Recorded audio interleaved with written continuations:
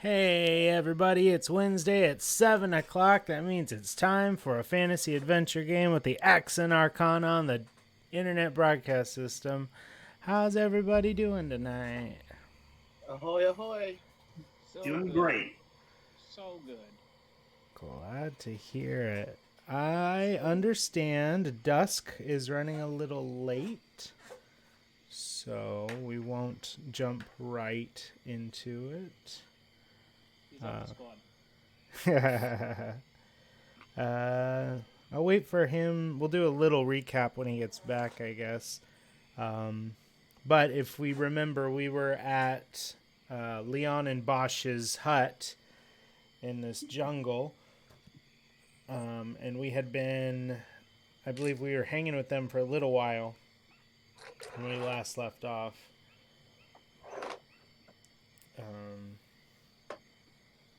We are all third level characters. Mm-hmm. We have Dusk, Waddle, Torin, and Velvet.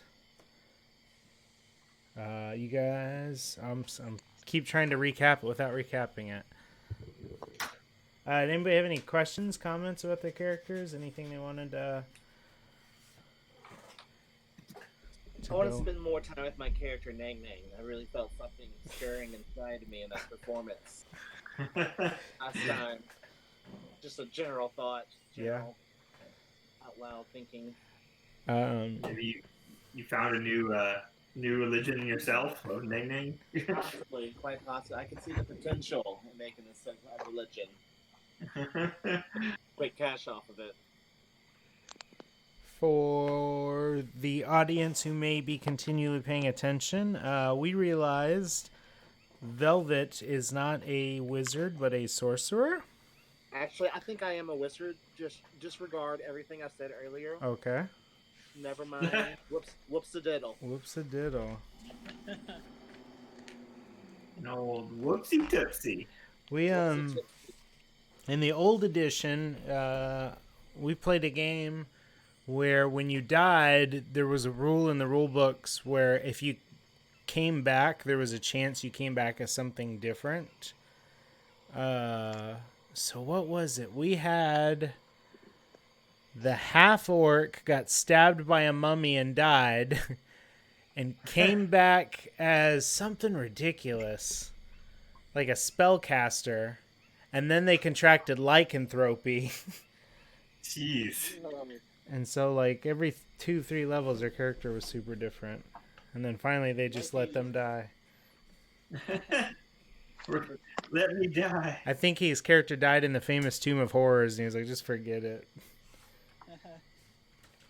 Let's see. I'm going to turn Trevi's audio up a little bit. Oh, sorry.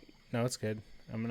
I had audio issues, and so I've been trying to be more cognizant of that when we stream. Let's see. Who's drinking? I'm drinking. What are you drinking there, bud? Rum, straight rum. Nice. You know what? I was thinking of grabbing a Lone Star. I'm gonna do it. I have one left in the Yeah. I'll be right back. I got a little bit of wine from last night still. I love it. Oh yeah, so classy. Mm-hmm. Hey Brian, Sir. have you heard of the Tailspire project thing? No, what is it? I was thinking of you today because I saw it on Twitter. It's like a program that was kickstarted successfully, but it's like a program to do these kind of tabletop games digitally. Tablespire? Tailspire. Tailspire. But yeah, you should look it up because just the way they make it, everything looks like actual little plastic figures and stuff like that. Slick. Yeah. It looks pretty good. I don't know if it's done yet. I think it's still being made, but I dig it. There was a Kickstarter I was watching. I can't remember the name. It was like Multiverse RPG, and it's a generic online gaming set for whatever games you're playing, but it's all like pixel sprite art. So you feel like you're playing Legend of Mana or Final Fantasy 4 or 5 or whatever. yeah. And it's just like everybody puts in art, so it's just tons of animated sprites to access from. Actually, I need to look that one up too. That might be fun. That's cute. Cool. Ooh, we should do that when we do the Cyberpunk one. Yeah. Ooh. That would be neat. At some point, we will have to talk about. So I was thinking of running this game as seasons, right? Nice. And so we will have to have a talk at some point how long everybody wants to play for, what their idea of the scope is. Just keep that stuff in mind. We'll swing around to it at some point in the near future. We're getting close to Halloween season, so my mind's starting to percolate. Uh-oh. Do something Studios. spooky. I'm not sure what I'm gonna do with Halloween this year. Honestly, Uh-oh. Yeah. I got a bunch of. I'm gonna do shirt merchandise, and 100% of proceeds are gonna go to Black Lives Matter That's cool. charities. I don't know if I'm gonna order new merch. I don't know. I'm just like this year. It's real hard to focus on it. But I don't understandable. want to ignore it. But yeah. I was gonna say you could just do one thing and just be like, "That's the thing." Yeah, I mean, everybody has all, like, there's so many different ones out there that maybe I'll just retweet anybody's Halloweens, you know? Yeah. They're all using my name, so, True. yeah, I don't know. We will see. I also feel weird shipping stuff to people's house if the post office is going to be slow. I don't know. Oh Oh, yeah, yeah, that's real. a good reason. Real Maybe nice. just do God, like I they did. can't just- Ugh. What'd you say, Trevor? So in Pokemon Go this year, instead of doing like the international travel here to go and catch all the Pokemons, Yeah. they did like this kit where you could just do it at home, like print out all your stuff and print and fold kind of shit. Really? Pretty cool. So they did in the game you can give each other these gift boxes basically, and so they did a 3D printed version, not a 3D printed, like a cut and fold version of that, and a bunch of hats and stuff, little like Pikachu ears that you could fold out. Nice. Maybe you could just do something like that. That would be Yeah. design heavy but easy and free. Yeah. Yeah. Yeah. And you could do maybe you could do a leftover giveaway with if you take a picture of yourself with this gear, then I'll mail you this. It's a good idea. Just spitballing. Yeah, no, I dig it. Just spratballing. I was thinking I've gone to the drive-in here twice during quarantine now. The Blue Star, Blue Light, whatever. It's a lot of fun. Yeah. And you can rent the screen out, and it's not super expensive. So I thought that'd be pretty fun to rent it out. Everybody chip in. Oh, Well, wow. everybody, Ooh, spooky movie. yeah.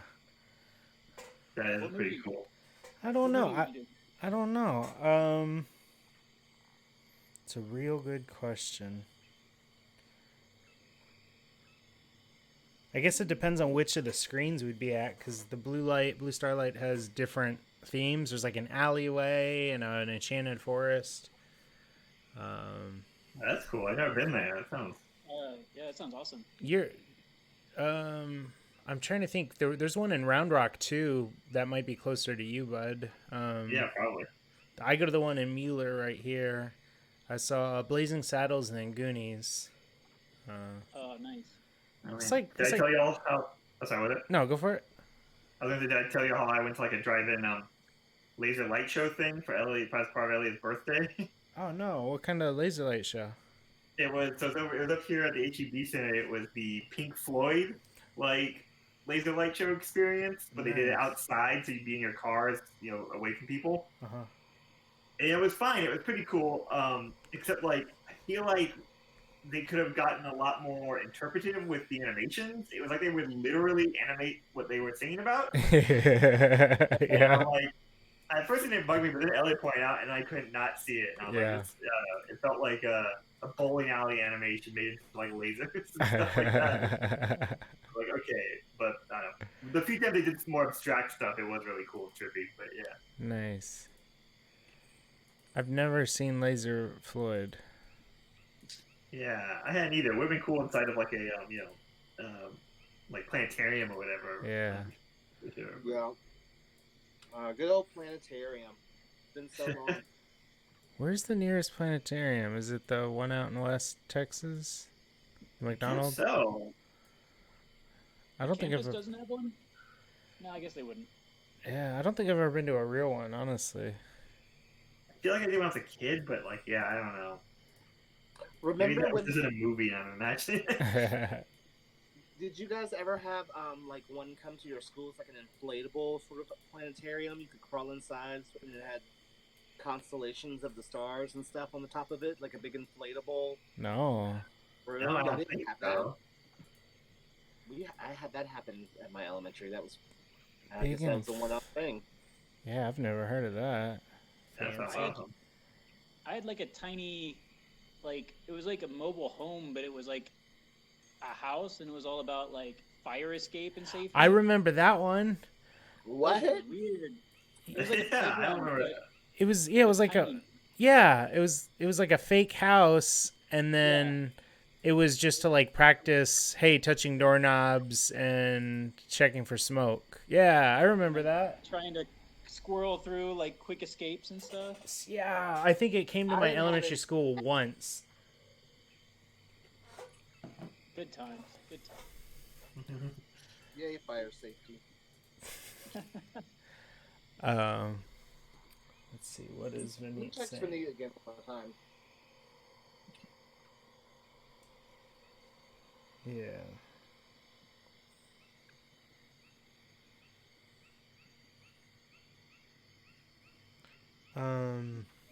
Yeah, let's see what he says. If he's not on in like a couple minutes, then we'll get going and we'll catch him up. It'll be good. Oh. Enough food for everybody. Yeah, I am curious what he's eating.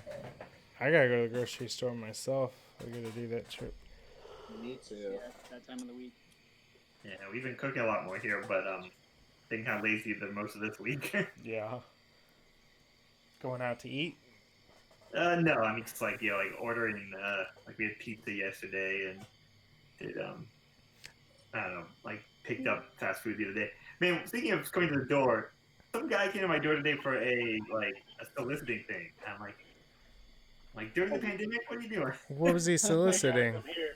Hey, bud. Oh hey, Hey, but you're just selling like energy efficiency stuff. I was like, yeah, Oh. Yeah. That's weird. what's wrong with you, dude? yeah, Wasting Door to my door. time right now. Door-to-door outbreaksman. yeah. Okay. All right, hi, Vinny. Hey, bud. Hey, Sean. So real quick recap. Our adventurer is gathered by the wizard Barris, accidentally sent back through time, a world filled with dinosaurs and zombies. They meet Gorilla Red, a mysterious former compatriot of Barris, who has brought you to the safety of Leon and Bosch's store, warehouse, shed, shop that sits beneath the feet of 4 bulwark jammers. You guys have sort of gotten a little comfortable here. You've spent about a week Torin building various things with new metals. He's been trading with the shop. Dusk writing metal lyrics about the undead gorilla battles he's seen and these giant statues. Velvet entranced with the mystery of Gorilla Red and any possible relation to the missing brother. And Waddle, who has just untapped some inner power unknown before, a power once held by his master and is now starting to find his way. I think that about sums up where we left off. Did anybody have any things to address? Questions? concerns, comments? Nope, I don't think so. not for me. No. I feel great.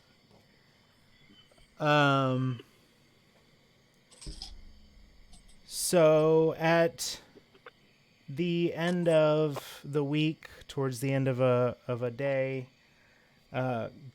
Gorilla addresses all of you. I've been thinking. Our spellcaster friend here, and the knowledge of my ring, all of your acquaintanceship with Barris the Wizard, it's all too much for coincidence, and I can't make rhyme or reason out of it. So tomorrow we will trek out. I have a source that may be able to give us some information. Pack up your things for a lengthy trip through the jungles, and we will try to learn more about why you're here, if there's a way we can get you and me back to where we came from. I have some matters to take care of tonight, but I will return and see you first thing in the morning when we can embark to try to find some answers. How does that sound? Sounds good to me, my lady. Sounds good to me, brutal maiden. Yeah. Yeah. You've been What sounds around like? long enough. Let's do something about this. So she packs her stuff, gets her equipment together, and makes off around 3 o'clock in the afternoon, and waves as she makes her path into the jungle, saying that she'll see you in the morning. And she is off. Cool. Is there, while you guys have been sort of decompressing, adjusting to this place, is there anything you feel like you would have done personally in your off time, something you find yourself thinking about or working on or writing or drawing or building or ba-ba-ba-ba-ba?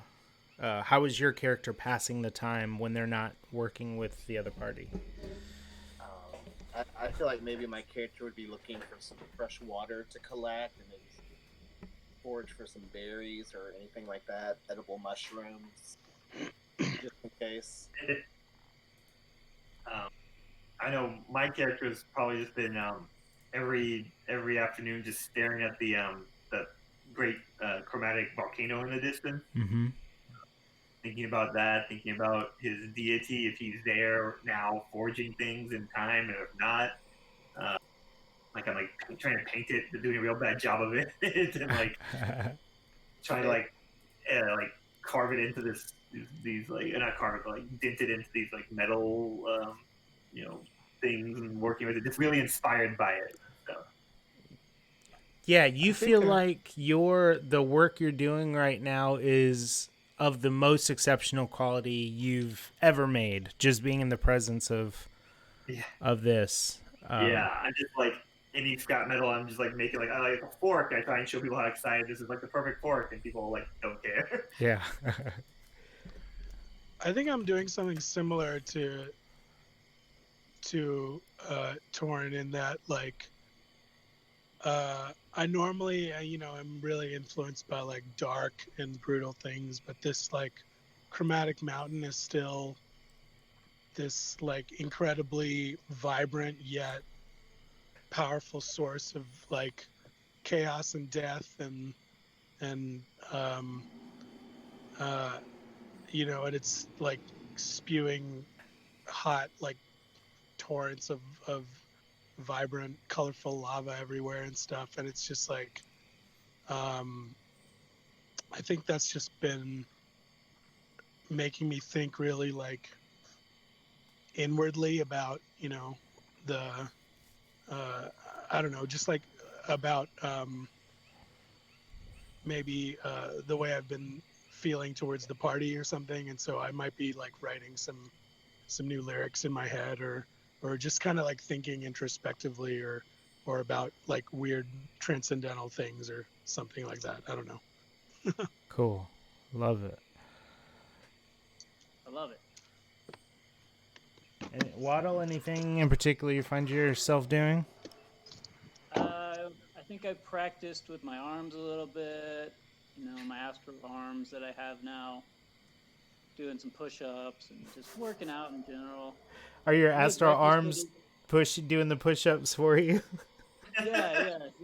So I'm just kind of like pushing up, and like these like giant arms like that are just like radiating light, just kind of like, been doing all the work, and I'm just kind of like moving up and down with them. What is the color of your energy? Like a 311 song. Whoa. Whoa. Could it be amber? I think it's amber. You think it's I think it amber? is amber. I really felt I was feeling like orange amber, so Yeah. Okay, cool. I love it. I am behind that.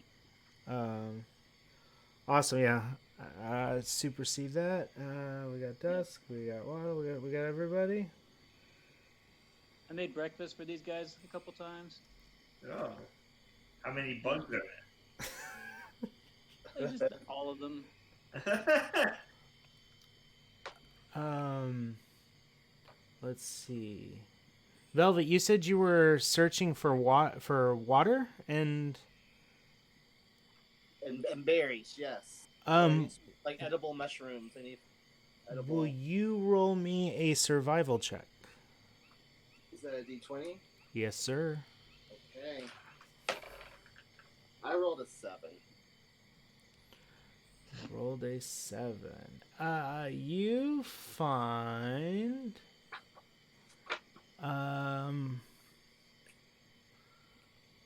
let's see. You find a fruit, a tree that has some like real delicious looking fruits on it. They're fuzzy, sort of like a kiwi, and they are like a sky blue. Oh. And you're able to pick 3 of them. Cool. Take them. All right, write that on your sheet. Right. Cool. All right. Well, if there is nothing else, then the sun starts to set. Given the height of the mountains in the distance and the canopy, it starts to get darker much earlier than the sun actually going down. You start to hear the hum of insects grow as the air starts to cool. More and more bugs in the distance start to chitter and chirp as their predators start to dwindle down for the day, and night is setting around the hut.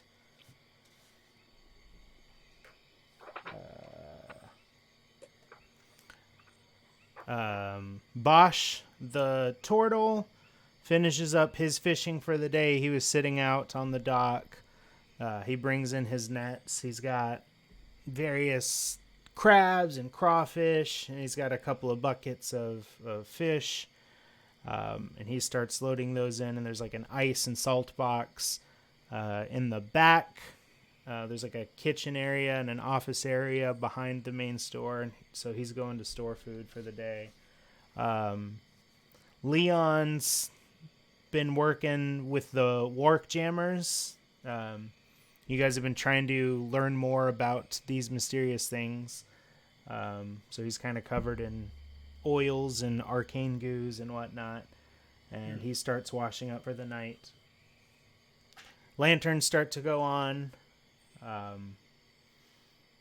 Their lights are bright, but then you'll also see luma bugs, which are like giant fireflies, light up in the night. So you'll see these massive bulbs of light flash off and on and illuminate parts of the jungle, sort of creepily, snapping off and on in the distance. Yeah. So you guys have been. There's a loft area above the store. Bosch and Leon have their own pads, and you guys are welcome to crash on the floor or anywhere you'd like. If you'd like to sleep outside, whatever, yada yada. I want to sleep in Bosch's room. You're not. You are able to do it. You're not sure if Bosch ever notices because he retreats into his shell. He's so cute. I just want him to like me. Does anybody else have preference on where they would see themselves sleeping? Would you upstairs, downstairs, inside, outside?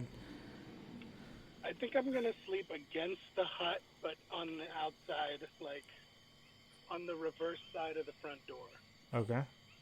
I'm like as far inside as I can. I imagine I'm like super tired of these bugs and stuff.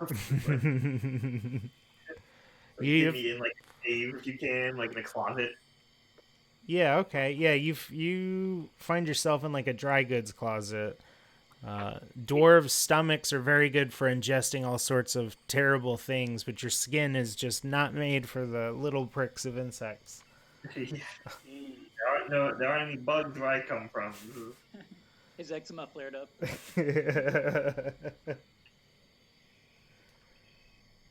think I'm upstairs.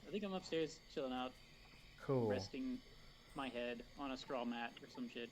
Yeah, I dig it. There's a cot up there, a hammock, and they put out. Oh, it's better than the ones we got at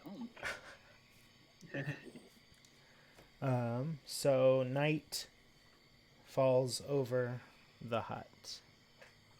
And I would like everybody to make me a perception check at disadvantage because it is nighttime and you have all fallen asleep. So roll 2 d20s and take the lower of the rolls and then give me your perception check. Okay. 2d20. My lower one was an 8. My lower one was a 17. My lower one was a 2. Brian, would you mind rolling for me? Absolutely. Oh, and I have +2 perception, so I guess 10 for me. Wait, do we add to that? Yeah, if you have bonuses to your perception, add to that. Oh, Yes. okay. So 4 then. And also I have night vision. Okay, so Torin got a 12. No, 10. A 10. Waddle, you rolled a 2, and then you add something to it, but that's pretty low. Dusk rolled a 10.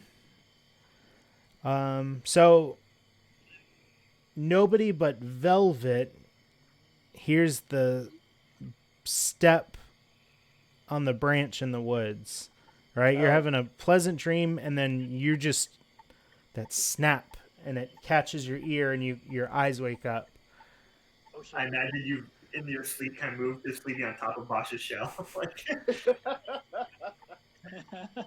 I was just curled up like a kitten. yeah.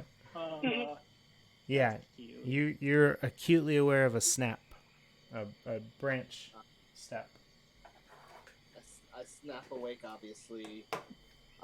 Is anyone in the room with me? Just Bosch. Torin's downstairs in a closet, and Dusk is outside. Wait, I'm upstairs. Yo, You're upstairs. Waddle is in the main, like there's a main area, like a sleeping common room.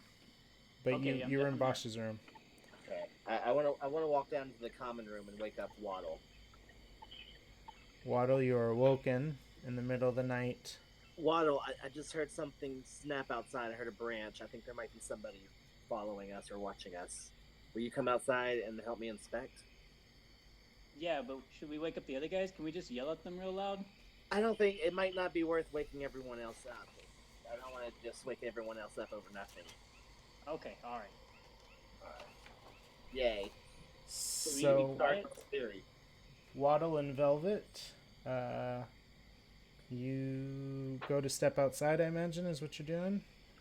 And if you would each make me a perception check.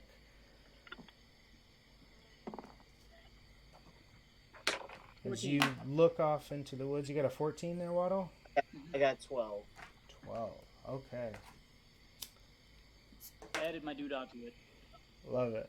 So you're looking out into the woods and you see the random flash pop of the Luma bug tails go on and off and illuminate various parts of the canopy and the jungle at different depths. And your eyes sort of, your pupils dilate every time because it's real bright in the dark. But you'll see branches and leaves and flowers illuminate and nothing. Branches and more leaves illuminate. And then both of you rolled pretty well. And the flashes illuminate, and in the distance you see a figure. A figure. Go figure. Red robes that look tattered. The bulbs hit, and you can see him look up, and he's got an eye patch. And you recognize him as the cultist. Oh. But he looks like he's been surviving in the woods for a while. And the Lumo bulb goes off. And then more of them light up, and you see a silhouette. And the bulb goes off. And then a bulb over on the right goes off, and you see a couple silhouettes. And then something seems to have, I don't know, the bugs start to activate quicker and quicker as you notice the silhouettes of shambling bodies in the jungle around you.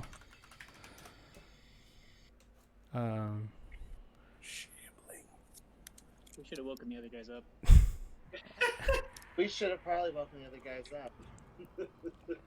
You take a second look around and you notice undead bodies similar to the ones you've seen in the woods prior, starting to emerge from the woods around you. Oh, jeez. You see the bulb flash again, and you see the guy in the robes kind of smile and then run off into the woods. Sure. We should go back inside the house right now. Wake everyone up. I agree. Is that William Wisp? He was one of the cultists of William Wisp. Oh, right. When you guys... He's what we've been dealing with this whole time. A quick reminder, you guys ran into him in the Dragon Tomb. Is that correct? Wait. Oh, yeah. He had no clothes on. And then naked as a jaybird. he started showing up again, and he started wearing an eye patch. And then was at the ritual site with you guys. He woke up next to Waddle in the pterodactyl nest. And then when the zombie T-Rex chased you guys, somewhere in the chase, he wasn't with you anymore. So it looks like he's been surviving out in these woods, and you get the impression he's led these creatures to your door. Oh, jeez. Maybe he's just really mad we haven't invited him to our party. So, Velvet and Waddle, you stand on the porch of Bosch and Leon's jungle shack as undead start to encroach you from all sides in the middle of the night. What would your characters like to do? Waddle, one of us should definitely go inside and alert the others. I'm going inside. Oh, you're okay. So Dusk is asleep outside. Yeah, do I at some point start hearing the shambling once it gets louder, or? So Waddle starts to run in. Velvet, you notice Dusk is outside. I run towards Dusk, and I slap him. I slap him awake. Dusk, you are. Like, I go, holy crap! There are dead things here. There are dead people things here. You see Yeah. the flash bulbs behind you illuminate a couple of shambling bodies in the tall thickets of grass. Okay.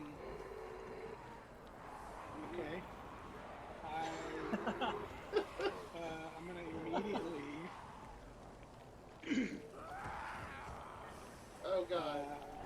I think I'm gonna just kind of scream at them. You're gonna scream? Can I do like an immediately like an instant action, like a quick reaction? Yeah.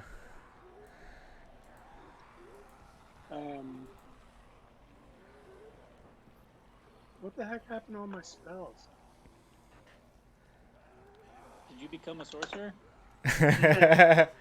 I'll let you look at that real quick, Dusk. Waddle, you've run inside. I'm looking for like a torch. For a torch? Yeah. You Undead don't hate want to wake fire, everyone else up? Yeah, I want to do that too. I'm shouting Yeah, bloody I'm murder. still asleep. Like, I'm shouting bloody murder. So Waddle runs in and starts screaming and picking up torches. From the you get to the shop, there's just like a barrel of unlit torches. You're just like putting all of them in your hand. Yeah. They're like flashlights. Yeah. So Torin, having pleasant dreams of forging like this really cool hammer. Like it's a hammer, and then the handle's a hammer, and then all of the bolt heads are smaller hammers. Oh, the mega hammer, the legendary. But nope, you didn't get to finish it because you wake up to the screaming of Waddle. Door flings open and he's carrying a pile of torches. Put your pants on. Grab a torch. I like stumble out of the closet, like one leg in the pants and stuff. Torin starts putting his pants on one leg at a time, coming out of the closet as Leon starts to descend from upstairs. Hey man, what the heck's going on, man? Oh no! He kind of sees what's going on. Hey man, everybody get inside, probably, right? Bosch, hey! Hey, they're back! Leon goes upstairs to wake Bosch up. Dusk. Waddle. Dusk and Velvet. I think I'm gonna immediately hit them with a thunder wave. Kind of just like. So they're still in the grasses approaching the house. Oh really? Yeah, it's you see them coming through, but they're still 30, 40 yards. Oh well, then I might as well just like run and go with Velvet into the house. I can shoot a firebolt out into the field, maybe start the field on fire. Should I do that? It's dense, wet jungle, so you're not sure it would be as effective as the last climate you were in. The last time you did that, you were in kind of a dead, dry forest. Gotcha.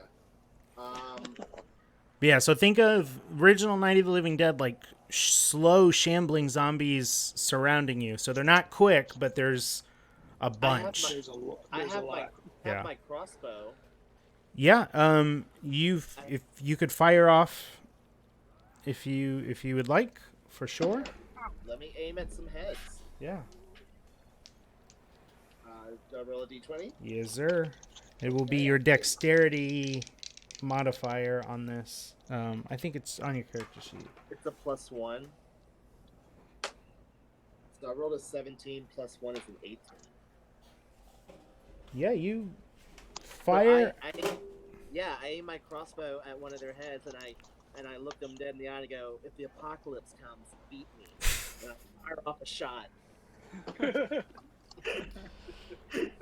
Roll I that. have to quote Buffy right now. Roll that damage.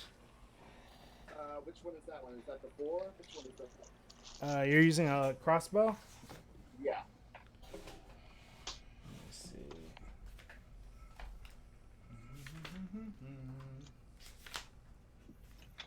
Which dice? It will be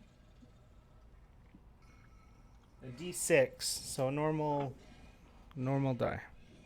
Okay. I rolled a 2. All right, so you fire your bolt, and it doesn't quite hit the head. It hits the left clavicle and sticks, and this thing keeps shambling towards you. You guys feel you've got maybe 20, 30 seconds before they start to get close. We should probably just get inside and Let's go inside. Yeah, there's too many to get inside and board up the house. Yeah.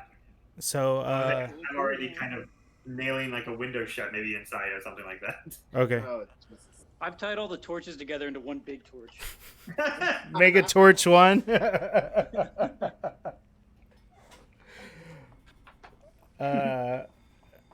Cool. Yeah, so Torrin's got his little hammering tools out, and he's starting to board up windows as Waddle's using that rope to bind together torch. The wizard and the bard run in from outside. Leon comes downstairs, and he's like, hey, I'll go board up the back door, and goes through the back office to go shut the back door. Bosch makes his way downstairs. I asked him too, like, how many did you see? Like, how many are coming?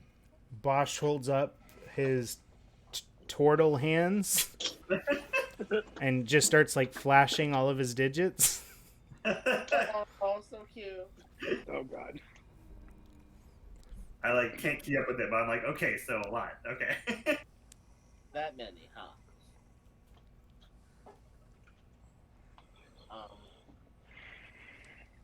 God, what do we do? Should we burn down the hut and run? Save the idea, maybe. That's at the top of my list. I think we should burn down the hut and run. Are we staying to fight, or are we going to run away? Well, I don't know where we'd run to, so maybe we should try to hold them off as long as we can here. That's a fair point. Maybe they'd have a harder time shambling uphill. We could try running up the mountain. Or there's a river outside. Maybe we could try to like get on a boat if we needed to. But there's Maybe so we can many go back to outside around us already. I don't know if we can make a break for it. Maybe we can escape back to that Grung village. They had pretty good defenses against the undead, right? You do remember that to be true. They did have a big wall. How far away was that? I don't remember if we said particularly. I'm going to say it was 75 minutes up through the woods. Okay. I think we can run. But let's set the hut on fire. To create a diversion if we're going to run. I reach Wait, for... Is Leon reach okay with for, us burning down his home? Hey man, not really, man. It's just you hear him hammering.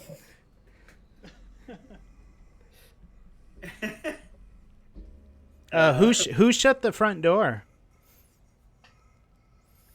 Oh I'm no! sure you did. Oh God! No one shut the front door. Last man in.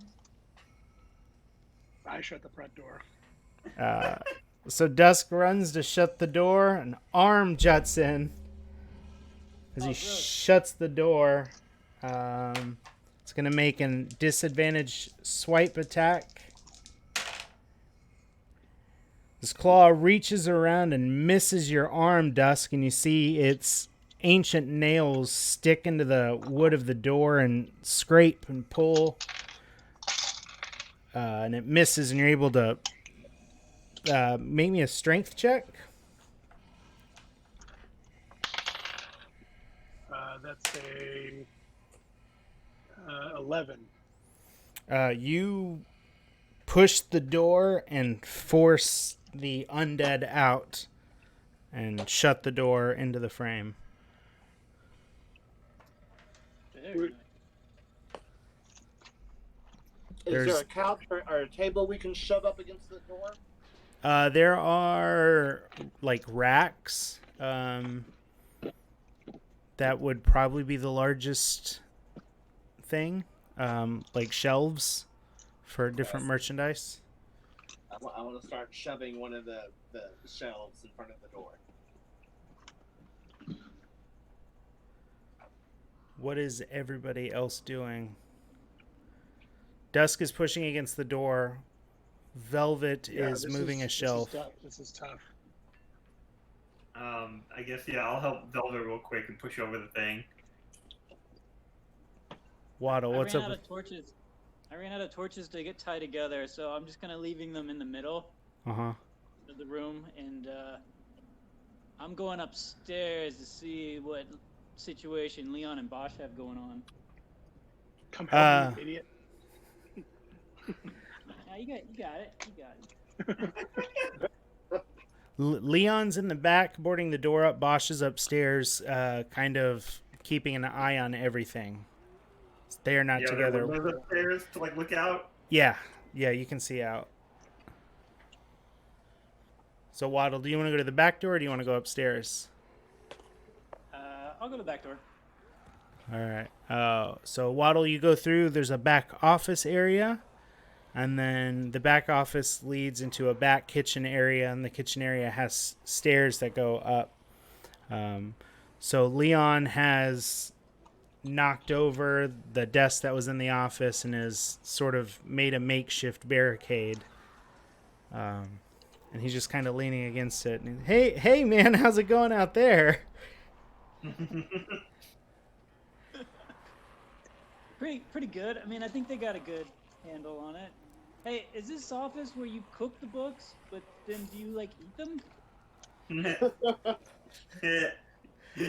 I just saw a Star Trek reference last night where somebody asks Worf, Q asks Worf if he's eaten any good books lately. Q's a great character. Yeah. Yeah. I Is just thought I'd come back and help you, Leon. Yeah, I appreciate it, man.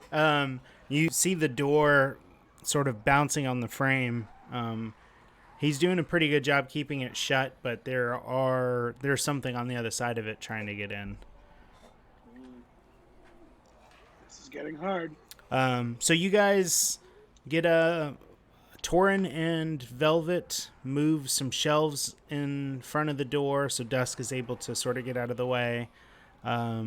You guys feel like you have maybe a minute to breathe. You see silhouettes pass by the boarded up windows, and you start to hear the scraping of hands and paws. But you feel like for a bit you've got a minute to breathe. God. Okay. Strategy.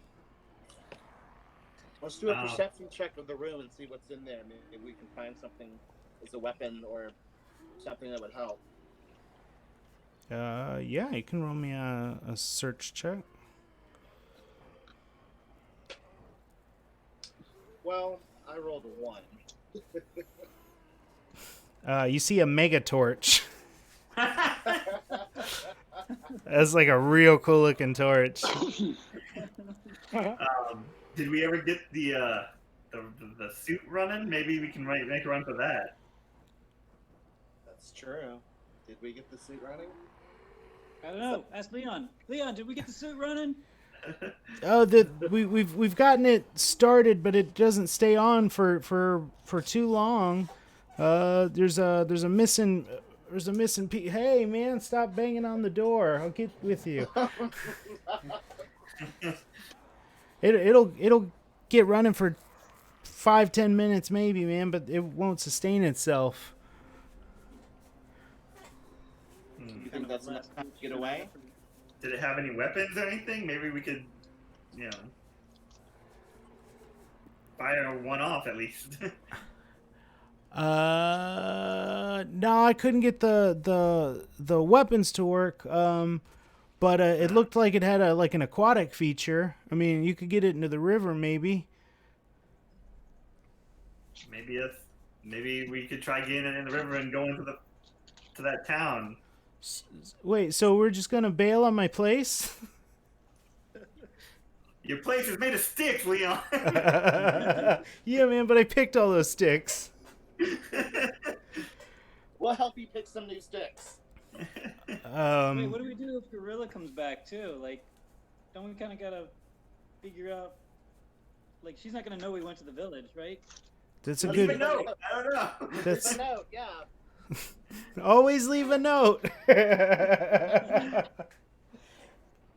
that's a very good question, Waddle. Did anyone see which direction she went off to? I don't know. She rode west. All right. Waddle, I'm gonna give you an inspiration die for thinking of that. Woo-woo. So you've got a spare D20 that you can use at any point, or you can gift it to another teammate. Okay. Yeah. So, Dusk, what are you thinking? Where's your head and your heart at? I'm okay with escaping in one of these giant beasts. Do we each get our own, or do we like get in one and blow the rest so that the zombies die? The other three seem safe, like they're encased.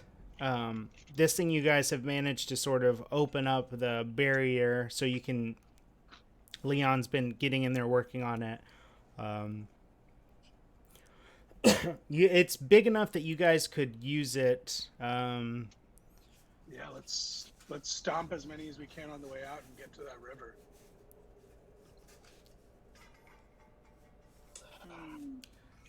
I don't know. I don't know what to do. Yeah. We can make a break for it and do that. I wonder if I cast like a minor illusion that would distract them and make them like form some fake versions of us. Yeah, it's absolutely a thing you could do for sure. It's either that or I start blowing some magic missiles as we make a break for it. Yeah, and What do you guys think? I think we should make a break for it. If they get too close, I'm like clutching like a piece of metal I've been working on. I think we can keep them back long enough to get there. Okay, but should we do it with minor illusions, with like fake people, or with missiles and attacks? I think just to get out the door, we should maybe try to get them away from one of the doors that we're gonna go through. Okay. There's a back door and a front door. Oh, you know what I forgot to do? Whoops. Hello. I forgot to make the threat real by doing this. Duh. Ah! Oh, now it's so real. I hate it. Oh no. Oh, Jesus Christ. Oh wow. All right. Maybe we should just take a peek outside real quick and just see what we're up against.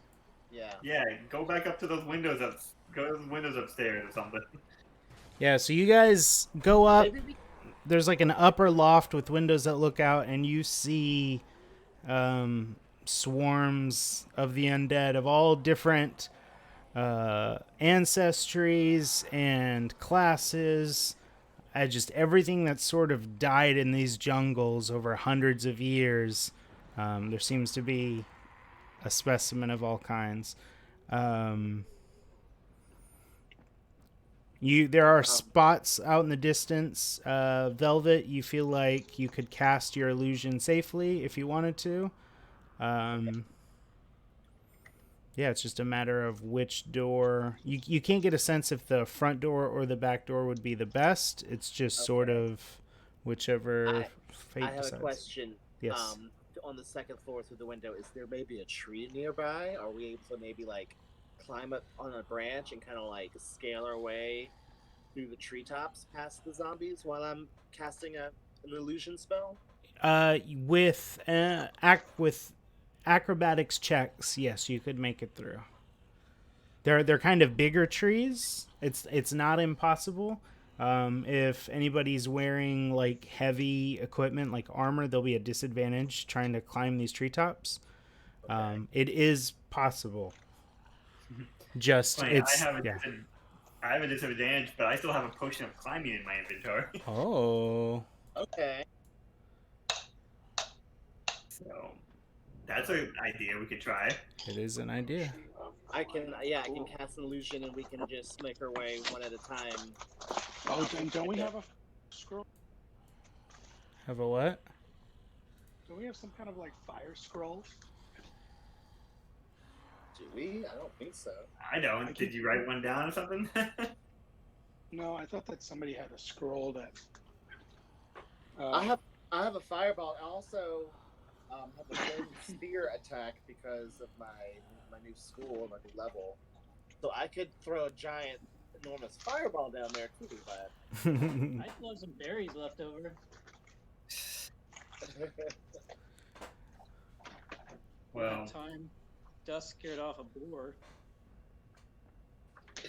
I wasn't there for that. I don't get that reference. I don't know that I could. I don't know if I could scare away a bunch of zombies, but I could maybe cast some Thunderwave and try and get them away from the door. When Waddle mentions he's got the berries, Leon sees him and is like, "Oh man, those are those spore berries. Those are dope. You throw them and they emit a cloud, man. Cloud of spores. Those are cool." Boar berries. oh, So yeah, the berries you have, when you throw them in a 10-foot radius, they release spores. You're not sure what it does, but you know they release spores. Man, I hope you haven't eaten any of those. I was going to make some breakfast for you guys. They're all half eaten, each one. You have like small mushrooms on the side of your mouth. It took like a tiny bite out of each one. He's been like a Last of Us zombie this whole time, and nobody noticed his head was a mushroom. Didn't say anything. Yeah. So, yes, you said that. Somebody said Thunderwave. Somebody said Illusion. Somebody said Fire. Somebody mentioned Tree, front door, back door. Go on. I was gonna say, we try to, go through the trees until they notice us. Then we can start firing if we need to, but it's just fireballing. But I don't know.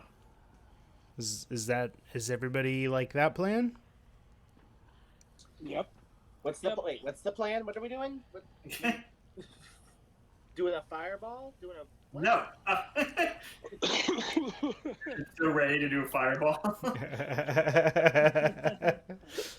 Cast fireball. You. He's already holding it. Like you look over. No, I was saying we try to be sneaky across the trees as far as we can to get to the mech, and then if they see us, then you can start firing fireballs or whatever. Okay. Do we want to throw the spores down while we do that as well?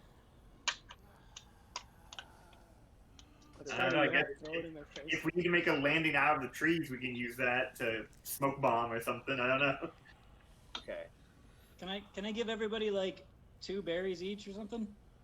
Yeah. I'm gonna do that. Everybody gets 2 berries, and I guess I'll keep 4? I guess if I did the math right. So everybody who's got 2 of these little spore berries, they'll make like a 5-foot cube, like Batman smoke bomb.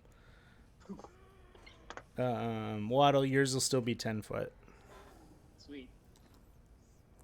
Um, Or should we just throw them all together? Your call. So what's the plan, gang? Somebody let me know what. What are we doing? Yeah. It's a hard decision. All right. So was leaving. somebody gonna distract, and then you were gonna make the treetops across to the bulwark, and then play it from there? I'm gonna cast a minor illusion. Okay. Try to sort of draw their attention away while everyone starts slipping out through the window, through the treetops, and I will follow them after the last person has done Okay. so. I love it. What is the illusion you are casting, Velvet? I am going to cast an illusion of ourselves. Okay. Just off in the distance, like in a clearing away from the zombies? Yes, correct. All right. Maybe you should cast like a bunch of us as babies. I like that plan. That's horrifying. Velvet babies! Like, us, but like extra fat and meaty. Just be like, oh, I'm so delicious. So plump and juicy. Alright, as per the group's request, I will cast Muppet Baby versions of ourselves. With our own theme song. Oh, Barris, you only ever see his voice and, you- and sing the theme song. you only ever see Barris's ankles.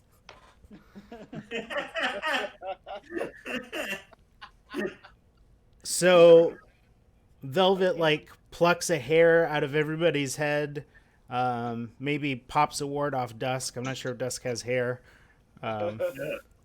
and creates facsimiles of magic Muppet versions out in the distance. And you notice some of the undead start to turn when they see these plump little babies, and you see a shift as some of the undead start to shimmy that way. Who would like to climb out to the tree first? Well, I'm gonna chug my potion of climbing. I can go first. All right. Let me see. Let me read According what to this, I looked it up. Potion of climbing makes it so climbing speed equal to walking speed, and I have advantage on strength checks for my climb. Cool. So if you've got a climb speeds don't need to make the check, I don't believe, because you can just naturally do it like walking. So Torin pulls the cork out of this bottle, quaffs the potion, and then I don't know, maybe it's like Spider-Man. Like little the backs of hammers grow out of your fingertips. Yeah. I kind of do some nimble little hops through the branches or something, which is really weird to see because I'm so big and round dwarf. You're not sure if you like it or not. You're like nimble, like dwarves aren't made for trees, and you're working this thing like it's a rock. Yeah, like this is weird. And you're kind of crying a little bit. You're like, hey. Yeah. Who would like to follow Torin out the loft over the undead who are currently distracted by Velvet's magic?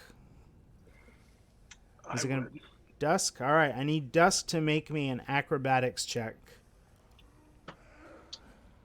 Oh boy. If you've got, you're a bard, so if you've got any buffs or anything like that, Acrobatics. I don't think I have any buffs, but I have +2 acrobatics, and that is a 20. 18 + 2, so 20. Love it. Dusk nimbly jumps through the window and makes his way into the canopy of the tree next door and starts shimmying behind Torin, walking over these masses of ancient undead beneath your feet in the jungles. Waddle, are you up next? I mean, I kind of am Or do you want to wondering, go... Did we bother to tell Bosch and Leon about this plan, or did we just... Oh my god, you have to go get Bosch and Leon. Yeah, they were like,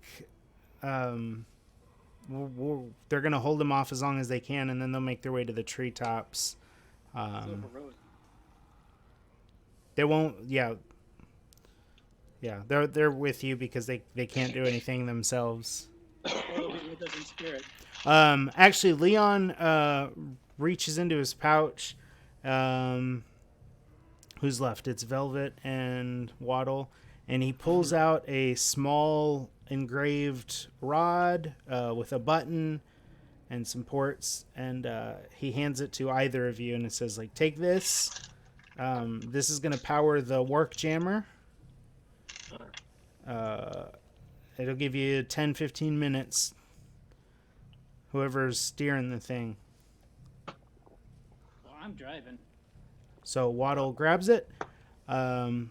He looks at you and he kind of makes a like clicking motion with his thumb, like you're clicking a pen. And he's like, if you click that, it's got a special little extra feature when it's not in the Wark Jammer. And he pushes it and lets go, and it is sitting in the air where it was. Wait, So so it floats? He clicked the end like a pen, and it's stuck in the air. Oh, it just hovers? That's crazy. So, like, you try to go and grab it, and it won't budge at all. And then he Oh. makes, like, a clicky thing with his finger, and he looks at you, and he's like, yeah, clicky. Cool, man. All right. Do you click it? I click it just to try it out. You click it, and the immovable rod is now movable. Sweet. So I like how the tone at first for Velvet was like, "Oh, it floats. That's cool." Like, it's just like, "Wait, you can't float?" I like you see you man. So this is I a can see a few uses for this. this is a magic item known as an immovable rod, but it also acts as a power source for the Warp Jammer. Wow.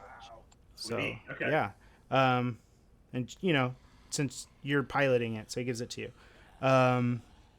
Velvet or Waddle, which one of you are making your way to the treetops next? Velvet, go first. Okay, I'll go. I'll leave. Make me an acrobatics check. Okay, I have a +1 in acrobatics. 9 + 1 is a 10. So you jump out of the window loft, and it's not a graceful land, Oh, but God. you catch onto a tree branch. Your little toe tops scraping the tree branch just above the head of an unknowing, shambling, dead thing, but you pull yourself up into the treetop. I don't like it. And you make your way behind Dusk and Torin as they are making their way from treetop to treetop over the undead masses. Waddle, you are up. All right, Leon. If you guys Yeah. get in a pickle, I want you to light the mega torch. Bosch holds up the mega torch. He's got it. Yeah. All right, fare thee well, friends. And then I just like barrel roll out the window. Acrobatics check, por favor. All right. Oh shit! I dropped my dice. Oh no. 17 Oh, God. plus 5, 21. Yeah, so you... What's up, Loco Boco? Welcome to the game. So, Waddle, the monk, dives out the window, barrel rolls off the roof, into a somersault into the tree. And our party is safely above the undead masses below. You see Leon and Bosch sort of boarding up the stairway behind them. And they're like, just keep going, man. We'll keep them stalling. I feel like we're never gonna see them again. Living. No. Don't say that. I imagine like 2 seconds later, the whole place just bursts into flame. So you guys get to the end of this tree range. You're like 50 yards shy of where the bulwarks are in the cliff face, but there are no more trees. The nearest undead are about 30 feet on the other side behind you, and they don't seem to notice you guys in the treetops. Okay. So you'll have to climb down, and then you've got, what did I say, 30 yards of open ground to get to the bulwark. Crap. Can we like roll like a kind of stealth to get down quietly, maybe? Yes, there is a stealth check you can make. I believe, Torin, because you are in armor, this will be a disadvantage. Yeah. So is that like rolling 2 and taking the lowest? Yeah. Okay. I have a +3 to stealth. Me too. So Torin, do you want to be the first one to shimmy down? Sure. All I right. kind of left first, so I will do that. Wait, no, wait. What? If you What? go first and you fuck this up and like all the zombies catch your attention, we're all sitting ducks up here. Okay, fair enough. I'll go last. Maybe you should be the last so that we can kind of bail you out if you trip and stumble or something. Sounds good. Maybe Torin, like excited from the head rush of climbing through the trees, goes to jump out, and somebody grabs his collar. Yeah.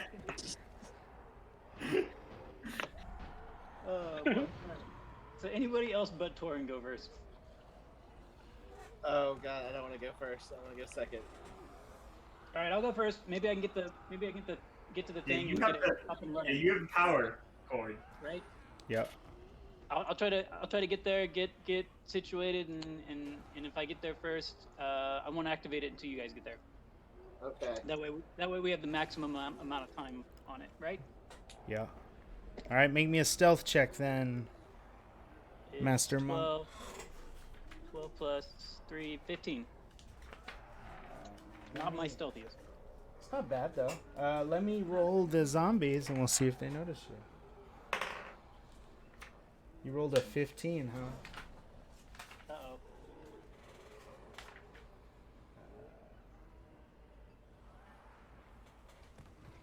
They are so entranced with how they can't eat these visions of your party that they don't notice you. So Waddle, you land quieter than the wind. And And just like illusions of us as Muppet Babies dancing in one place and they just can't touch them. yeah. Yeah, so you guys see Waddle hit the ground, and the brightness of the moon above, you can barely see him as he cuts through the grasses and makes his way over to the bulwark jammer. Unnoticed. So you made it, Waddle. Good Thank work. God. Would somebody like to go next? I'll go I'll go next. next. Oh. Oh. I Hold finished on. speaking first. Same timesies. You can go, Dusk. Okay. Thank you. Oh God. That sounds good. That's 8 total.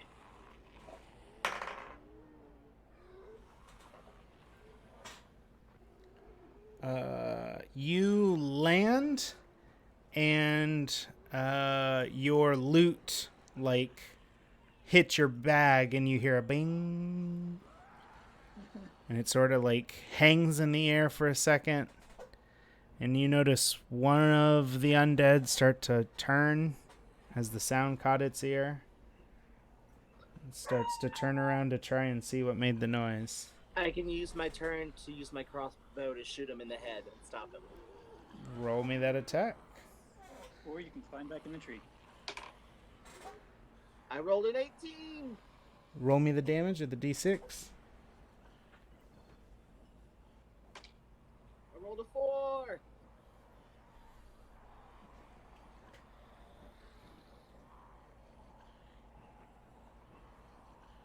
All right. So this thing turns to see where the ping came from, and a bolt flies through the air and hits it in the eye.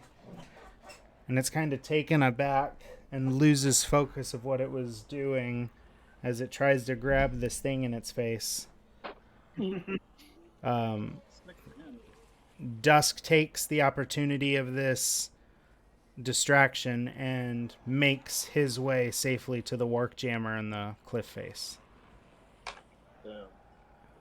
Well done, Sounds Velvet. great. Thank you, Velvet. I love you, Dusk. Whoa. Who's left? Velvet and Torin. Yeah, go for it, Velvet. Okay, I'll go next. We'll roll. I have a +3 to stealth. I rolled a 7 plus a 3 is a 10.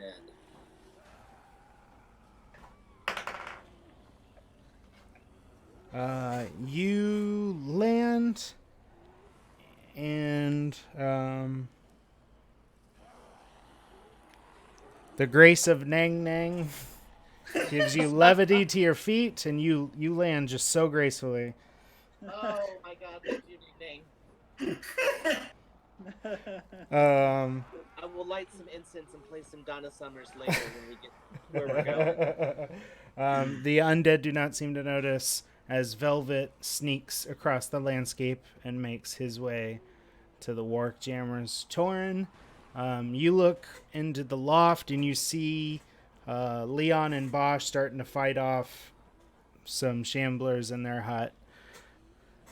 It's your turn to make your stealth check. Okay, my stealth check. Rolling, taking the disadvantage is an 11, but -1 for stealth, so 10. Ooh. Actually, not as bad as I thought it was going to be. Not as bad as you thought. So you shimmy down the tree, and you feel like the nimbleness granted to you from your climbing skill allowed you to land your weight on the appropriate roots and get down in a way that the undead were unable to hear. And you shuffle across the way and make your way to the Wark Jammers. Right. Well done, gang. I imagine everyone else like dropping down ninja, and I'm just like scooting down. Scoot. I like to imagine you just like hugging it and then slowly that squealing noise. Maybe your axe above your head. There's a dwarf-shaped hole in the bark. All right. His pants drop a little bit, but he pulls them back up as he's running. So the midnight full moon, this ancient prehistoric moon, hangs above you guys as you get to this cliff face where these ancient statues await. One of them exposed. Behind the driver canopy is the slot for the immovable rod that powers this thing to go. You guys see this swarm of undead surrounding Bosch and Leon's shack, and the river to your left that leads into the jungle ways. What is your party doing? We should totally use the Wark Jammer to like save them, right? Yeah, we absolutely should. 100%. 15 minutes, kind of time. We can rush over there and stomp on some undead on the way to the river. Or all the undead. Yeah, right? Yeah. Yeah, let's try it.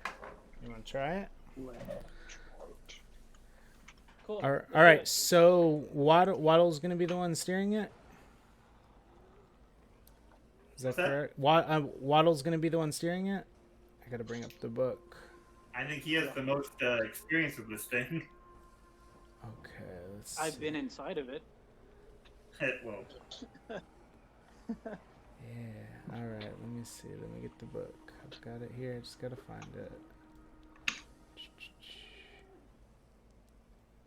What's the name of the dang book? Oh, there it is. While Waddle is getting into it, what is the rest of the party doing?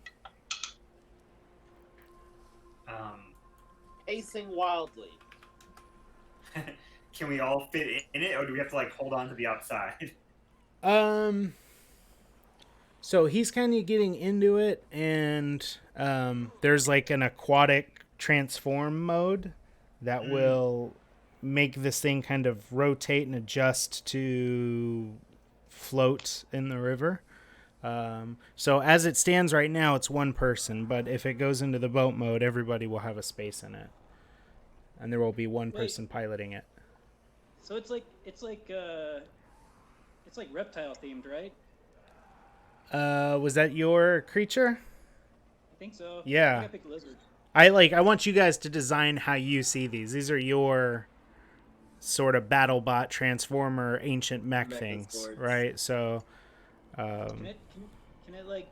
you tell me how it transforms, bud. Yeah, yeah. Can it like kind of look like an alligator? Yeah. I think that'd be pretty cool.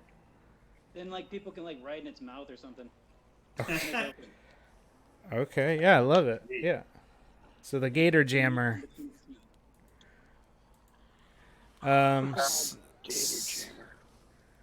So you get into it. Let's see.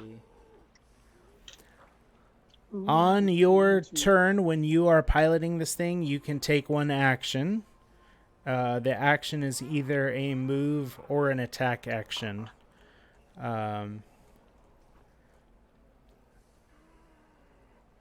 So it fights differently than normal creatures do because it's kind of taken all this energy. So you spend a round to move it, and then spend a round to move it, and then spend a round to attack.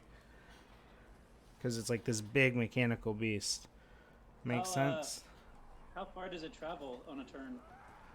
It travels. Travel pace, speed. The speed seems a little slow, doesn't it? We're gonna say it moves 40 feet. On a turn? Yeah, right now. How Whether far- it's because how it's low powered or because that's how big they actually move, I'm not sure. But how far to the cabin is it?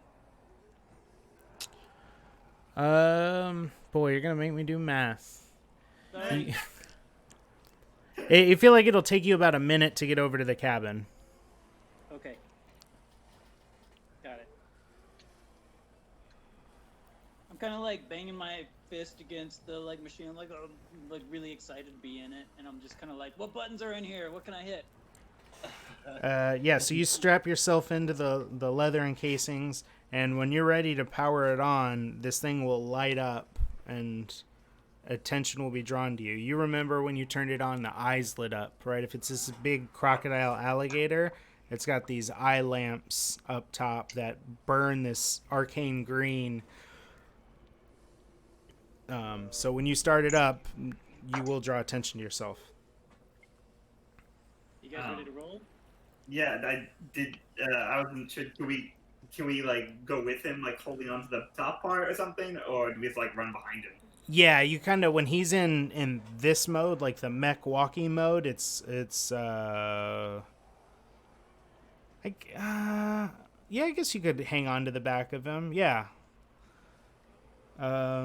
They're not made to transport people, but you could find spots to make it. Yeah. Yeah, let's do that.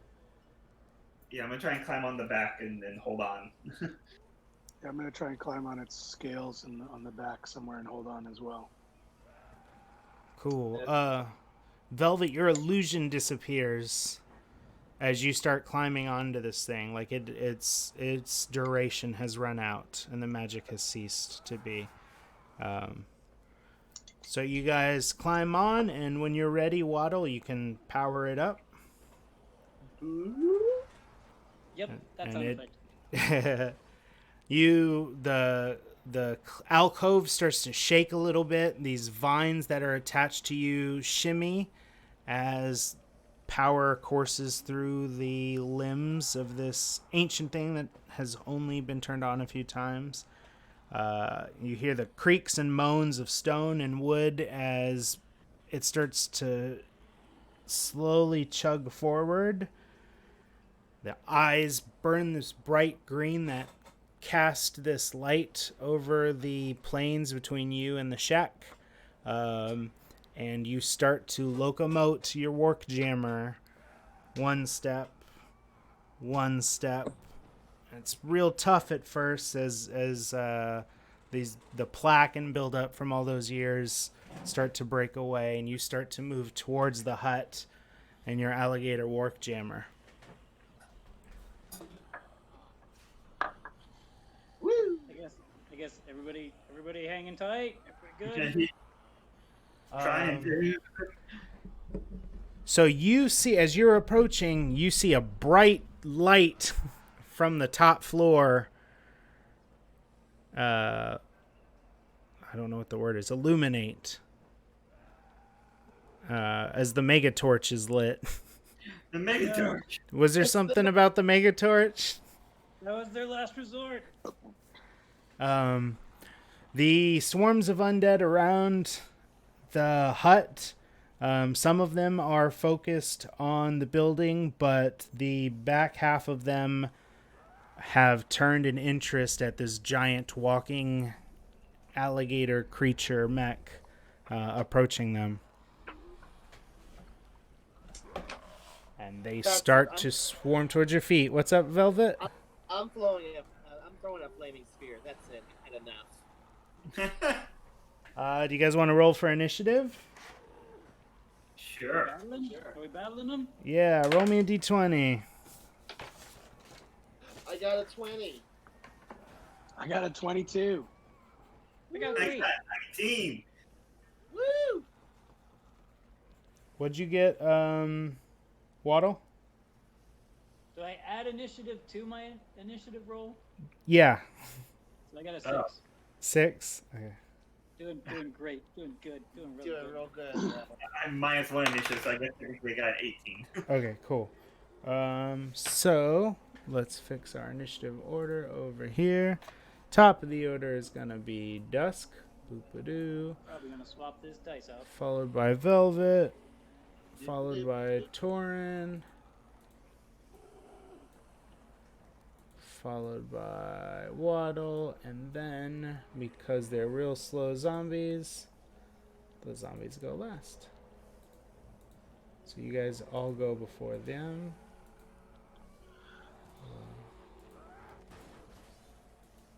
Oh, there's broken glass apparently. So Dusk, you are on the back of this Wark Jammers that's approaching this horde of undead surrounding Bosch and Leon's shack. It is your turn. What are you doing?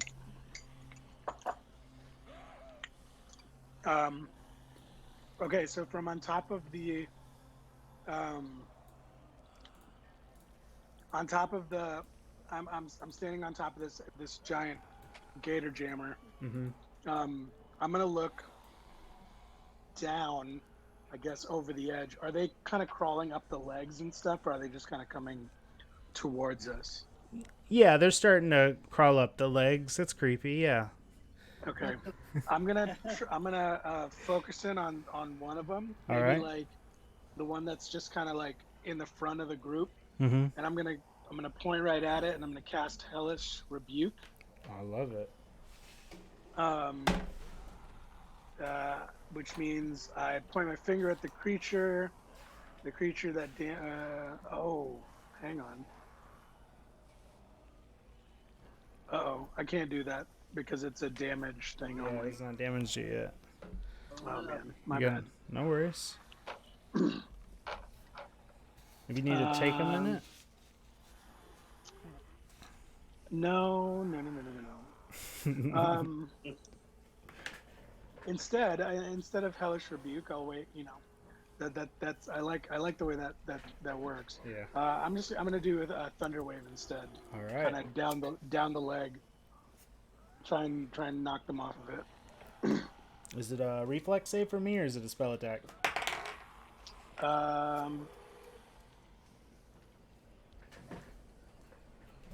You're pushed 10 feet away.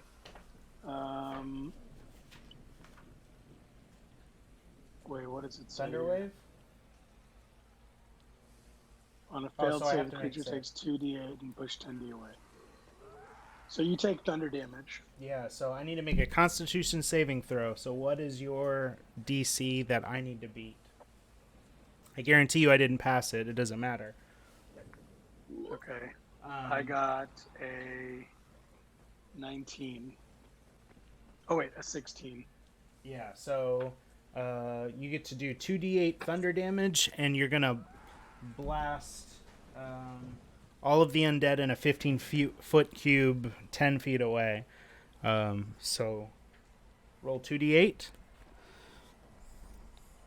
Looking for my d8. That's 8, 3 and 5, 8.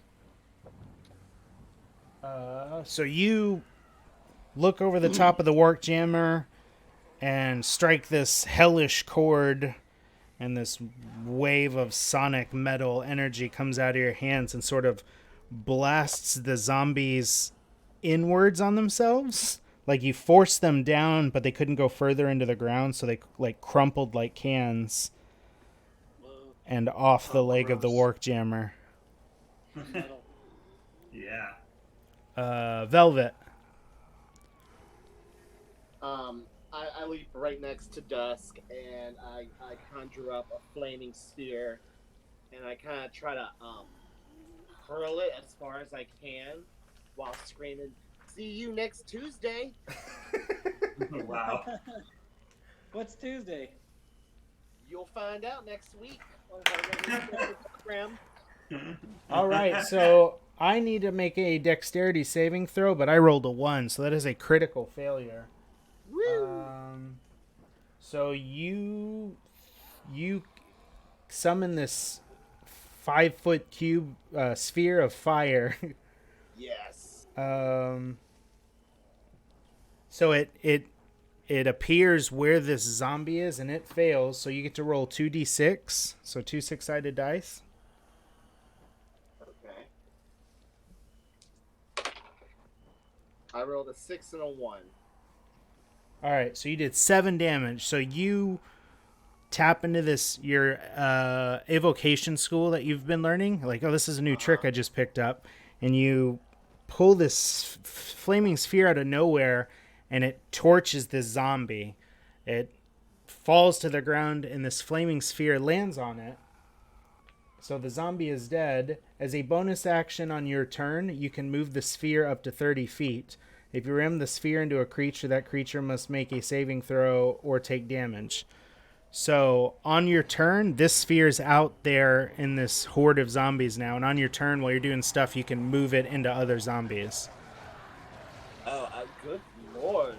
They're angry. So you can move it into one more. I like to mow them down like a lawnmower. So you ram it into one more as a bonus action for this round, and roll me 2d6 again. Roll 2d6 again. Uh-huh. A 3 and a 1. 4 damage, and you mow down another one. Let's put them back on. Making it Torin's turn. So Torin, you just saw Velvet summon this flaming ball and like bowl down 2 zombies. All right. Yeah. How many are even left? Like, it seems like these 2 guys just did like a lot of damage. Yeah, there's tons of them. Okay. Yeah, so it feels like this might not be a fight you can win. You're either stalling or trying to get away, but right now you're not sure this is a fight you can win. But you guys are doing mass damage against these undead hordes. Yeah, is the mech suit still walking forward kind of as we're doing this? Or? Yeah. We need to get the suit up to the house so they can hop on and we can get out of there. Yeah, that's okay. a good idea. I'm going to. Are there still some climbing up the legs? Yeah, the left leg has some.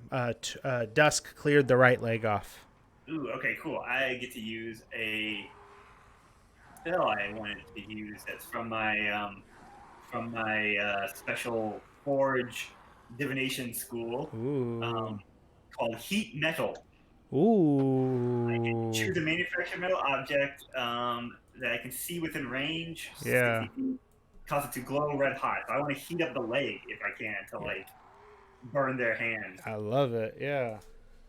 And it says creature in physical contact takes 2d8 fire damage. When it show up, what they have to roll. Yeah, I imagine you pull out jumper cables and the dragon tooth. Just like, touch it to the... Yeah, exactly. So I have to make a save? Is that what it says? It says if a creature is holding or wearing the object and takes damage from it, the creature must succeed on a Constitution save or drop it. So it sounds like you take the damage either way, but then. Okay, so I'll just roll to see. Yeah, I take the damage. So roll me the damage. Okay, 2d8 it says. 2d8 roll. Using my hand. 11 in total.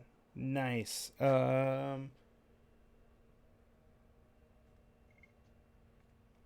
then what do I have to beat for the save?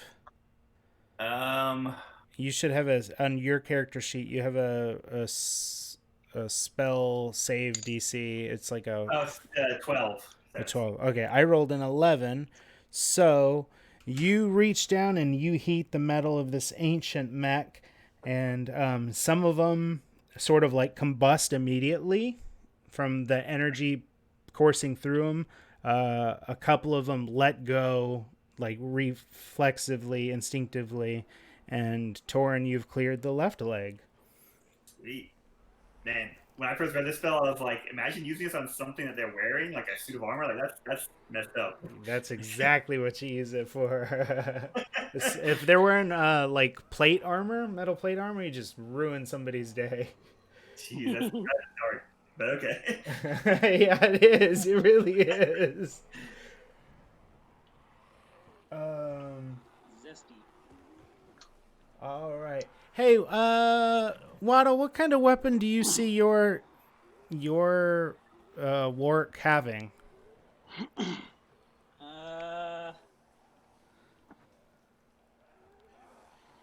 Maybe. Like, what do you mean? Like, do you mean like a physical weapon, or like a beam weapon, or? If you were designing a Dragon Zord, right? Okay. What? How do you see it? How do you see it making? Yeah. What do you see its attack? Is it like whip its tail? Does it breathe fire? Does it shoot laser beams? Does its chest open up? Does? Kind of want all of that.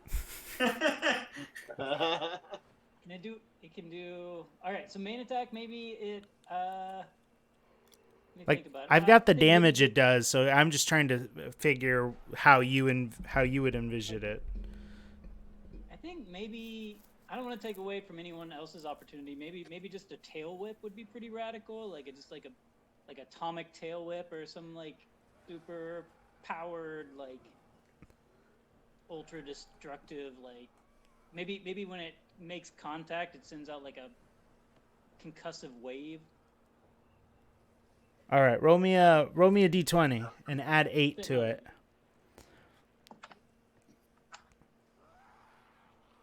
10 plus 8. 18. All right. Whip it.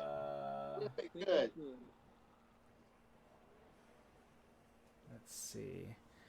So your tail whips, and everything's still kind of low powered right now, right? You're like, oh, this thing's capable of something, but I can't. So maybe it like sits and spins, and its tail whips and clears the path around you, like cutting undead in half and sending chunks of these ancient warriors out into the woods. And you see some of the undead turn because there's meat out there now. And so your Wark Jammer does the crocodile spin. Oh, I like that. Sweet. And you see the door of Bosch and Leon's thing open, Bosch holding the mega torch, and Leon with a crossbow sort of firing. Let's see. And they book it to the foot of your Wark Jammer and kind of hop on. We're going to give the undead start to swarm at your feet again, but you made a nice clearing, so we're going to take it top of the order, Dusk. You start to feel the Wark Jammer pivot like it's making its way towards the water. Dusk, it is your turn. There are more undead starting to swarm. Okay. I am going to. Let's see here. I want to do something.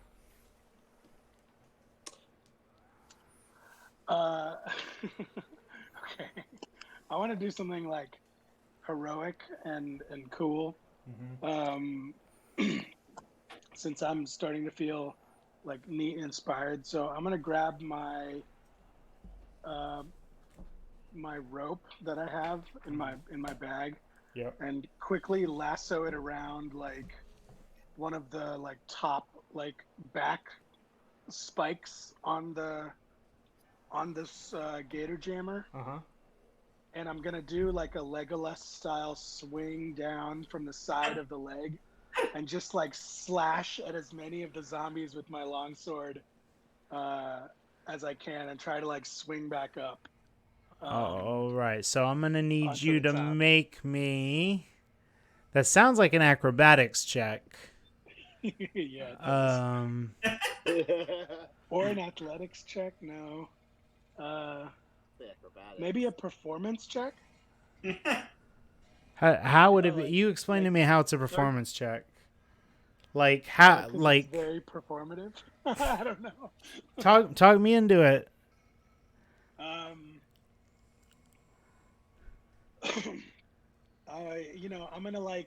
I'm gonna like quickly turn to the group and be like, you guys are you guys, like, I'm with you guys to the end now, and and like, here, I can prove it. Like, watch me do this crazy thing. That's not very good. You're putting yourself on the spot just because you're like nerves is what makes you perform better. I just perform in like the heat of battle, like, like right when I'm angry, right when I'm like in the most passionate moment. Maybe instead of my longsword, I want to just like hit them with my loot, like as hard as I can. Okay. Hey, make a performance. You know what? Hang on. Yeah. I have a two-handed weapon. Uh-huh. Or I have. Wait, what does it say here? It's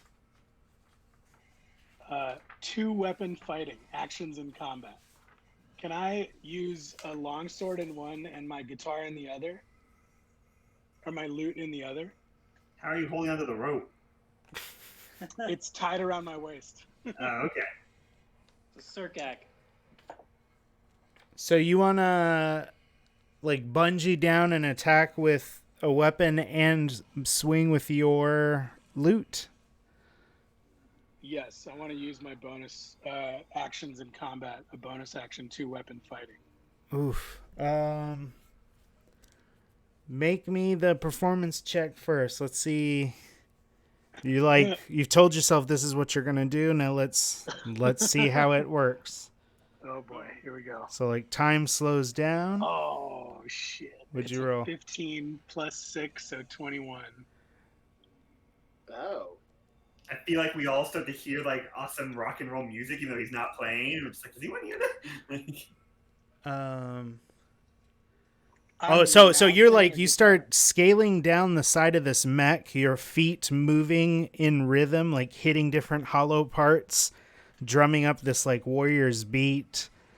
I'm mouthing the guitar solo from Ride the Lightning. Just like as I'm doing it.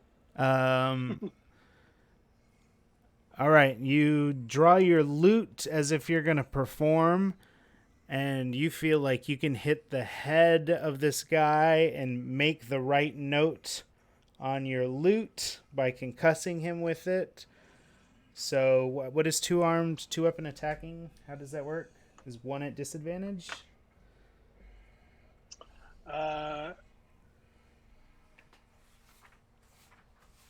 You can use a bonus action to attack with a different light melee weapon that you're holding in the other hand. Your loot wouldn't be a light weapon. Your loot would be heavy. Oh, really? Yeah, it means like a dagger, something smaller. Dang it. I do have a dagger.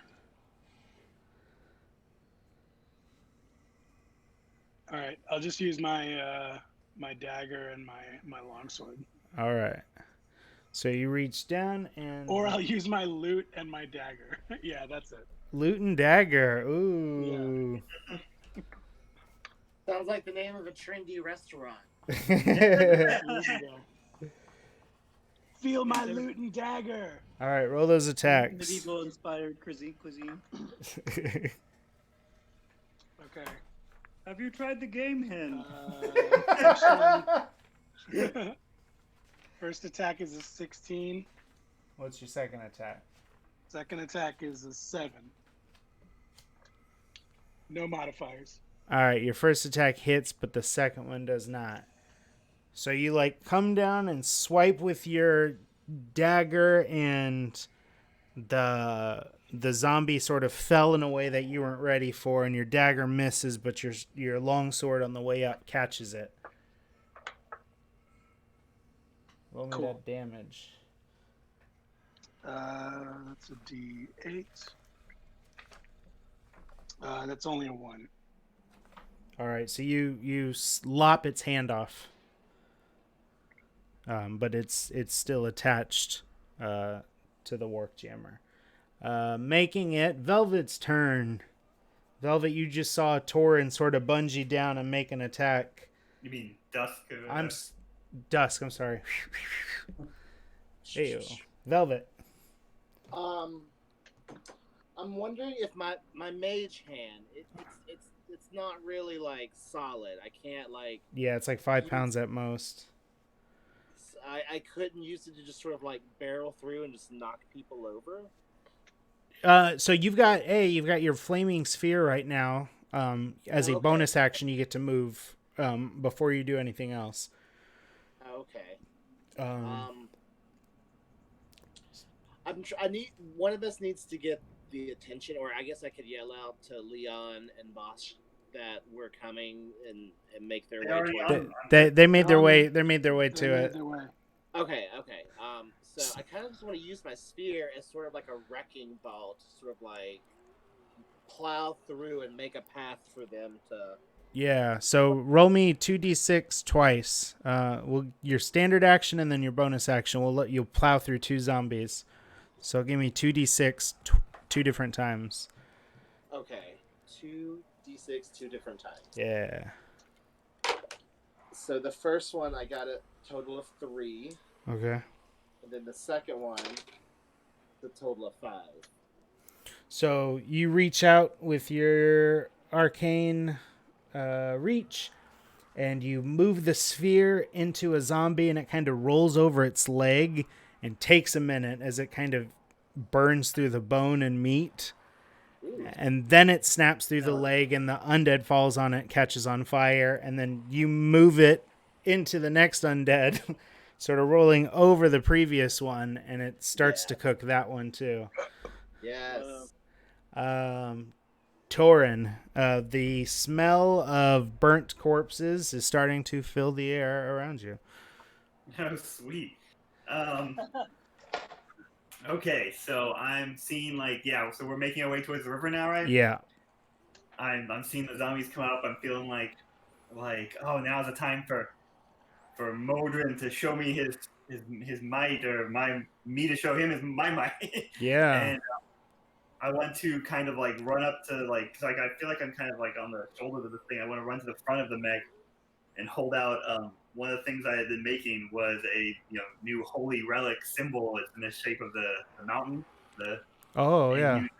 And use turn undead. Ooh. Which I have not used yet. Yeah. Slick. LMNOP QRS T turn undead. Yeah, I'm looking it up too real quick. Whoa, will you be able to control them? No, I think it just makes them run away. Super runaway. Runaway.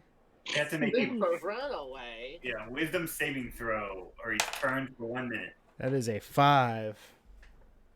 So I fail. Okay, yeah. Turn undead. I'm trying to find it. So that means they have to literally turn away from you, right? Yeah, it says a turned creature has to spend its turn trying to move as far away from you as it can. and it can't willingly move to a space within 30 feet of me. And then it does damage. I don't think yet. I don't see anything on what I'm looking at here saying it does damage. I think it just makes it go away. All right. Yeah, So- so here at 5th level, I could possibly ride out destroy an undead with this, but not yet. Does it say how many?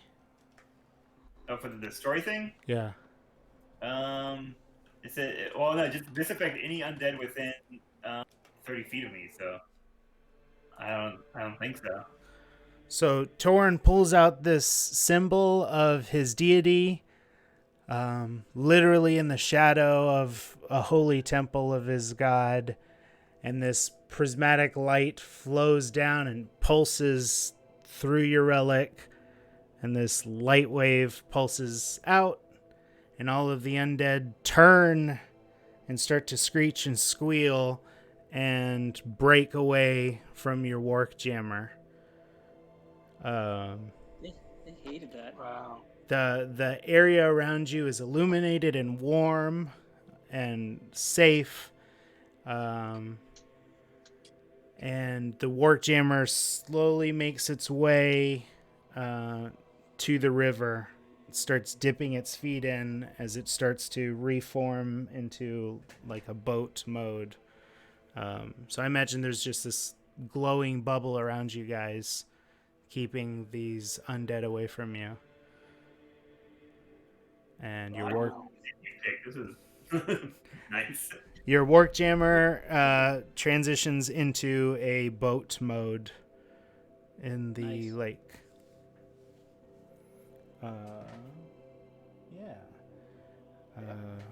Leon and Bosch kind of like look at you like approvingly, and the ship starts to make its way up the river in the night.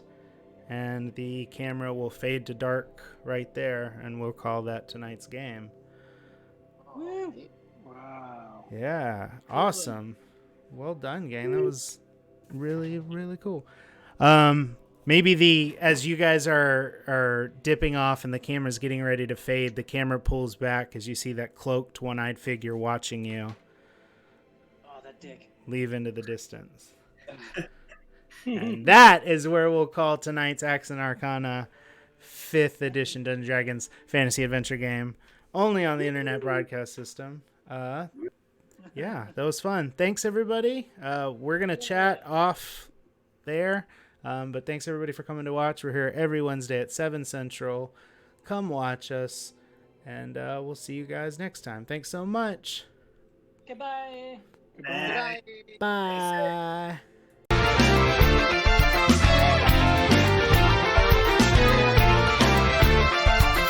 Y'all know you can't stop us, cause we are warriors. Y'all know you can't stop us, cause we are warriors. Y'all know you can't stop us, cause we are warriors. Y'all know you can't stop us, cause we are warriors. Stop and think about the things you do, the things you say, cause we gon' bring it to you each and every day. Don't play around, clown, we'll put you down. The warriors are here, we came to chase the haters away. We throw down for our brothers, down for our mothers and their sons and daughters to fight for freedom and peace. We'll have you tied out like a phone line, cause we always on the grind. You gotta be, why don't we take it to the streets? When you hear the all call, you're gonna fall. Like reservoir dogs, have you run like babies on the crawl? Or have you tied up with the quickness? Think that you can step to this? Haven't you heard about the click, click,